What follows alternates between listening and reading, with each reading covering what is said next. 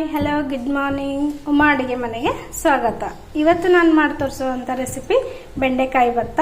ಬೇಕಾಗಿರುವಂಥ ಇಂಗ್ರೀಡಿಯೆಂಟ್ಸ್: ಬೆಂಡೆಕಾಯಿನ ಚಿಕ್ಕದಾಗಿ ಕಟ್ ಮಾಡಿ ಇಟ್ಕೊಂಡಿದ್ದೀನಿ, ಒಂದು ಚಿಕ್ಕ ಈರುಳ್ಳಿನ ಚಿಕ್ಕ ಸೈಜಲ್ಲಿ ಕಟ್ ಮಾಡಿ ಇಟ್ಕೊಂಡಿದ್ದೀನಿ, ಒಂದು 4ರಿಂದ 5 ಹಸಿಮೆಣಸಿನ್ಕಾಯಿ, ಸ್ವಲ್ಪ ಬೆಳ್ಳುಳ್ಳಿ, ಆಮೇಲೆ ಒಂದು ಸ್ವಲ್ಪ ಉಪ್ಪು. ಇವಾಗ ನಾವು ಕಟ್ ಮಾಡ್ಕೊಂಡಿರೋಂಥ ಬೆಂಡೆಕಾಯಿಗೆ ಸ್ವಲ್ಪ ಎಣ್ಣೆ ಹಾಕಿ ಚೆನ್ನಾಗಿ ಹುರ್ಕೊಳ್ಳಬೇಕು. ಸುಮಾರು ಒಂದು 10 ನಿಮಿಷ ಹುರ್ಕೋಬೇಕು ಸ್ಲೋ ಫ್ಲೇಮಲ್ಲಿ ಇಟ್ಟು.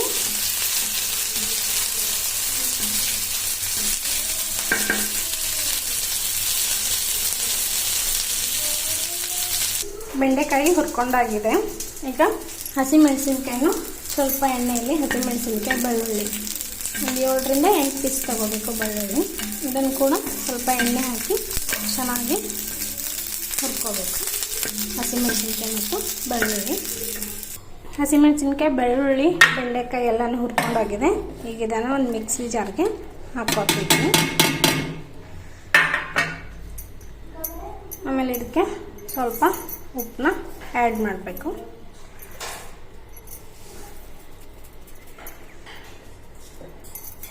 ಈಗ ಇದನ್ನ ಗ್ರೈಂಡ್ ಮಾಡ್ಕೋಬೇಕು. ಸ್ವಲ್ಪ ದಪ್ಪಗಿರಬೇಕು. ಈ ಥರ ಆಗಿದೆ. ತೀರಾ ಸಣ್ಣದು ಮಾಡ್ಕೋಬಾರ್ದು, ಖಾರ ಅಷ್ಟು ಟೇಸ್ಟ್ ಬರೋದಿಲ್ಲ. ಈ ಥರ ದಪ್ಪನೇ ಇರಬೇಕು.